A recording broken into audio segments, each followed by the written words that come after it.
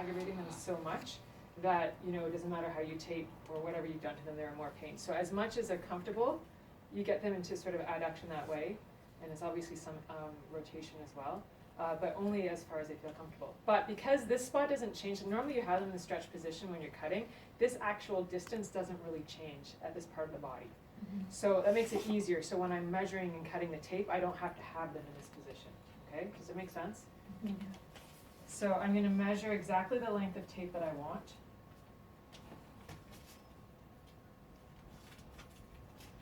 I'm going to cut the tape in half.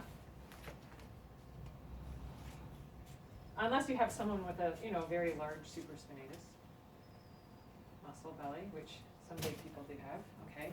And then I'm going to ask you, if you're comfortable, to put your arm into like that. So then I'm going to start here, and it is a paper off technique. And I can feel too, even though I drew around it, I still miss I can feel here there's an edge of her upper scapula, right? So I'm going to aim it a little bit more this way. I don't know how that happened, but anyways, I've double checked my work. And that's what I had found. I think I stretched this. On the floor, maybe? That piece, little piece in front of you? No, this one. No, that's too big.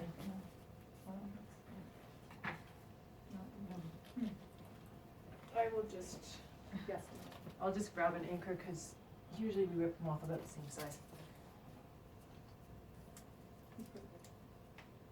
Oh, it is actually. Yeah. And it actually is perfect. Okay. Okay, it's just relax now.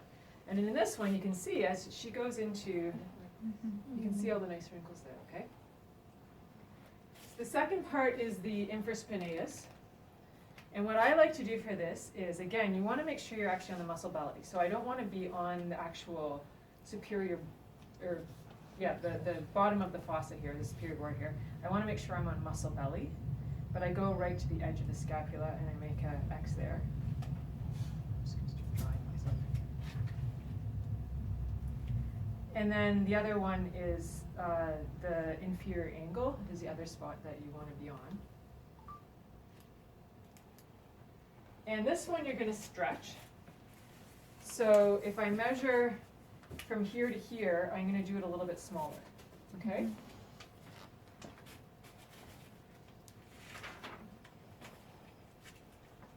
I'm going to round one edge.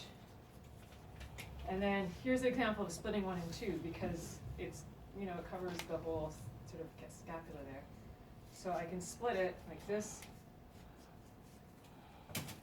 So this is what I end up with, okay?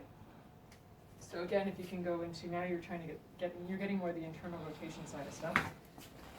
But I put one anchor here, make sure everybody can see me.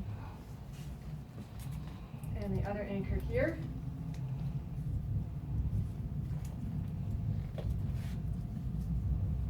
And I give it a tug, and because I'm facilitating, I give this nice stretch.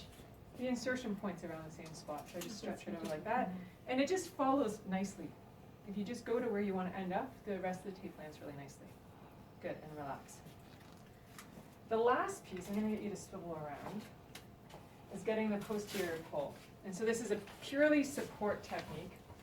You're going to start just below the coracoid process, and you're going to come around. You want to make sure that if you're too high, you're not going to get the kind of pull that you need. You need to really make sure you're kind of far enough below that you can get a pull, but you don't also want to be down here. You know what I mean? Like you really need to do a straight line getting across.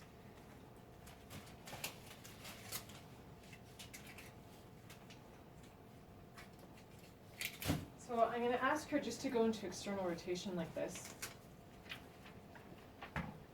I'm going to place this on, and you always get them to sit up as straight as they can. I mean, your posture is fine, but a lot of people are sitting like this. And I am now giving a good stretch. But when you do it, you want to make sure you're pushing the head back as well, because if you're not, it's going to feel really uncomfortable on them. And here I have a fairly long anchor because I have such a strong stretch in a long piece. So then if you turn around, I've gone all the way to here. Okay? If you just go from here to here, you're not going to get any pull. You're not going to get enough leverage. You really need to come around to do that. Now stand up for me and What was the stretch you put on it? Was it a like lot, good 90%, stretch? 80%. Now just relax both of your arms. You can put both of them down and face them. Sometimes it's hard, yeah, you can actually see she's slightly more rotated, Mhm. externally Yeah. rotated on the right compared to her left when she's relaxed. Okay? So it's inhibition of supraspinatus, make sure you're really on the muscle belly. Facilitation of facilitation of infraspinatus, and then a posterior pull on the glenohumeral head and going into a bit of external rotation.